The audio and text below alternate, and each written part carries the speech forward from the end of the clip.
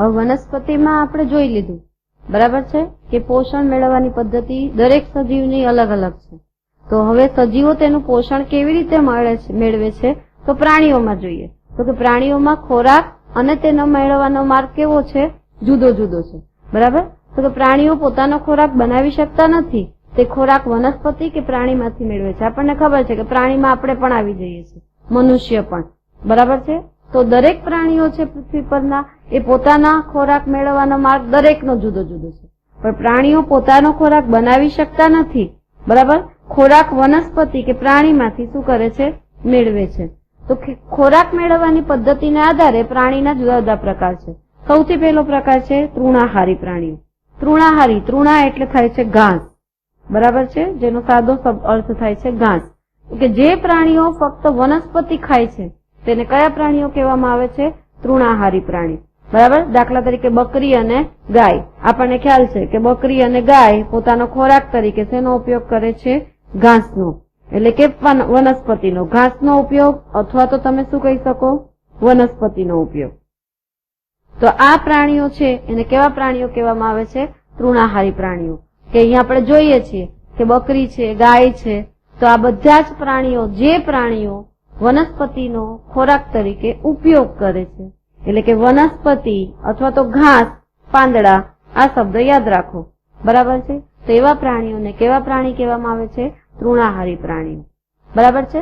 તો માંસાહારી પ્રાણી કોને કહેવાશે, આપણે નંબર બીજો પ્રકાર જોશું. તો માંસાહારી નામ શબ્દ છે માત્ર માંસ, એનો શું કરે છે, ઉપયોગ કરે છે. માંસ, અથવા તો એને આપણે બીજામાં કહી શકીએ કે પ્રાણીઓ. ખોરાક તરીકે શું લે છે, માંસ અથવા તો પ્રાણીઓ. તો કે જે પ્રાણીઓ ફક્ત પ્રાણીઓને જ ખાય છે. બરાબર છે. માત્ર ખોરાકમાં શું લે છે, અન્ય પ્રાણીઓ. તો તેને કેવા પ્રાણીઓ કહેવામાં આવે છે, માંસાહારી પ્રાણીઓ. દાખલા તરીકે સિંહ અને વાઘ. આપણને ખ્યાલ છે કે સિંહ અને વાઘ છે એ માંસાહારી પ્રાણી છે. આપણે આગળના ધોરણમાં નાનપણથી જ ભણતા આવ્યા છીએ. બરાબર. તો સિંહ અને વાઘ બીજા પ્રાણીને જ ખોરાક તરીકે શિકાર કરીને ખાય છે, માટે એને માંસાહારી પ્રાણી કહેવામાં આવે છે. ત્રીજું છે મિશ્રાહારી. નામ જ છે મિશ્ર. મિશ્ર એટલે બે ભેગું હશે. બે ભેગું એટલે શું આવશે, એમાં તૃણાહારી પણ આવશે, પ્લસ શું આવશે, માંસાહારી પણ આવશે. એટલે એનો મતલબ કે વનસ્પતિ પણ ખાતા હશે અને પ્રાણી, બંનેને. એટલે કે જે પ્રાણીઓ વનસ્પતિ અને પ્રાણીઓ એમ બંનેને ખાય છે, બંનેનો ખોરાક તરીકે ઉપયોગ કરે છે. બરાબર. તો તેવા પ્રાણીઓને કેવા પ્રાણીઓ કહેવાય છે, મિશ્રાહારી પ્રાણીઓ. દાખલા તરીકે આપણે પોતે મનુષ્ય, આપણામાં પણ શાકાહારી પ્રાણી હોય છે, માંસાહારી સજીવો પણ, મનુષ્યો પણ હોય છે. બરાબર છે. તો શાકાહારી મનુષ્ય હોય એ વનસ્પતિનો ઉપયોગ કરે, ને માંસાહારી મનુષ્ય હોય એ અન્ય પ્રાણીઓનો માંસ ખાતા હોય છે. તો કહેવાનો મતલબ કે માનવ છે, ઉંદર છે, તો આ બે સજીવો છે કે જે મિશ્રાહારી છે. દરેક ઉદાહરણ ખાસ યાદ રાખવાના. તૃણાહારીના 2 ઉદાહરણ, મિશ્રાહારીના 2 ઉદાહરણ, માંસાહારીના 2 ઉદાહરણ. ઉદાહરણ એમસીક્યુ તરીકે અગત્યના છે. બરાબર. હવે આપણે જોઈએ છીએ કે દરેક પ્રાણીઓ પોતાની રીતે ખોરાક લે છે, પોષણ મેળવે છે. તેમાં સૌથી પહેલા આપણે એક કોષી પ્રાણીથી શરૂઆત કરીશું. તો અમીબા, આપણને ખ્યાલ છે કે અમીબા એક એવું પ્રાણી છે, એક કોષી પ્રાણી. આપણે આગળના ધોરણમાં 9મા 8મામાં પણ ભણી ગયા છીએ કે અમીબા એક કોષી પ્રાણી છે. હવે તે પ્રાણી સમપોષણ પદ્ધતિ દ્વારા પોષણ મેળવે છે. બરાબર છે. તો સમપોષણ એટલે એક સરખી પોષણ પદ્ધતિ છે એની. પ્રાણી સમપોષણ. હવે આ શબ્દ પણ આપણે આગળ વ્યાખ્યામાં ભણી ગયા છે કે પ્રાણી સમપોષણ, તો કે પ્રાણીનો શું કરે છે, અડધો ભાગ અથવા તો આખો ભાગ ખોરાક તરીકે લે, તો એને કઈ પદ્ધતિ કહેવામાં આવે છે, પ્રાણી સમપોષણ પદ્ધતિ. એટલે કેવો ભાગ લેવાનો, પ્રાણીનો આખો અથવા તો અડધો ભાગ એ ખોરાક તરીકે લે, તો એને કઈ પદ્ધતિ કહેવાય, પ્રાણી સંપોષણ પદ્ધતિ. તો આ અમીબા છે એ પ્રાણી સંપોષણ પદ્ધતિ દ્વારા પોષણ મેળવે છે.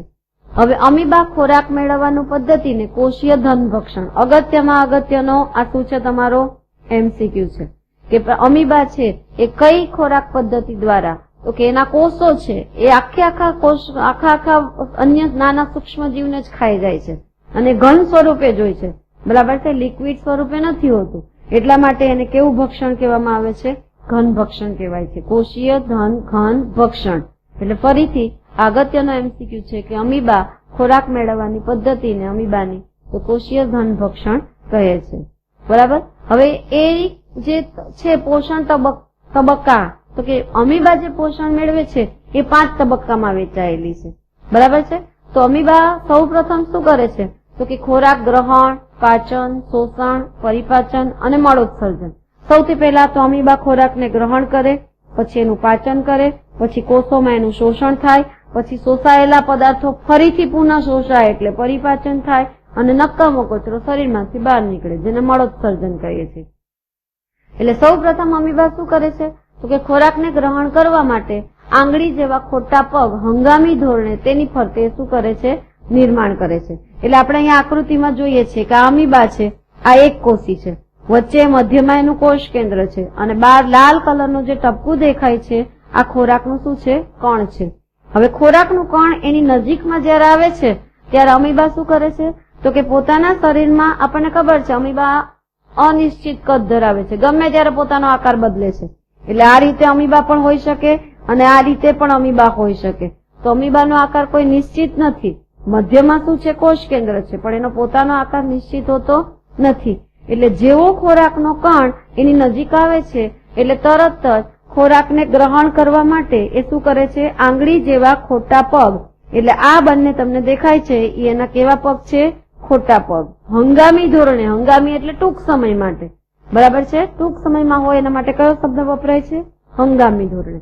તો કે ખોરાકને પકડવા માટે પોતાના શરીરને લંબાવીને 2 ખોટા પગ ઉત્પન્ન કરે છે અને ખોરાકને પોતાની અંદર શું કરી લે છે ગ્રહણ કરે છે. હવે તેથી ખોરાક છે એ લાઇસોઝોમ સાથે કોથળીમાં શું થાય છે દાખલ થાય છે જેને અન્નધાની કહે છે. બરાબર. તો આપણે જોઈએ છીએ કે આકૃતિની અંદર તો કે આ અમીબા છે, અમીબાની અંદર આ છે ખોરાકનો કણ છે એ એક કોથળી જેવી રચનામાં આવી જાય છે. આ કઈ રચના છે કોથળી જેવી, જેનું નામ શું છે અન્નધાની. બરાબર. તો ખોરાક છે એ લાઇસોઝોમ સાથે ક્યાં દાખલ થાય છે કોથળીમાં દાખલ થાય છે જેને શું કહેવામાં આવે છે અન્નધાની કહે છે. પછી શું થાય છે તો કે અન્નધાની પછી ખોરાકની પાચન ક્રિયા એ 5 તબક્કામાં વહેંચાય છે. અંદર ખોરાકનું પાચન થાય છે, ન પચેલો ખોરાક શરીરમાંથી બહાર નીકળે છે. તો સૌથી પહેલું આપણે જોશું પાચન. તો કે અમીબા ખોરાકનું પાચન કરવા માટે ક્યાં કરે છે અન્નધાની જેવી, એટલે કે કેવી રચના કરશે શરીરની અંદર કોથળી જેવી, એ રચનાને શું કહેવાય અન્નધાની. એમાં શું આવેલું છે લાઇસોઝોમ.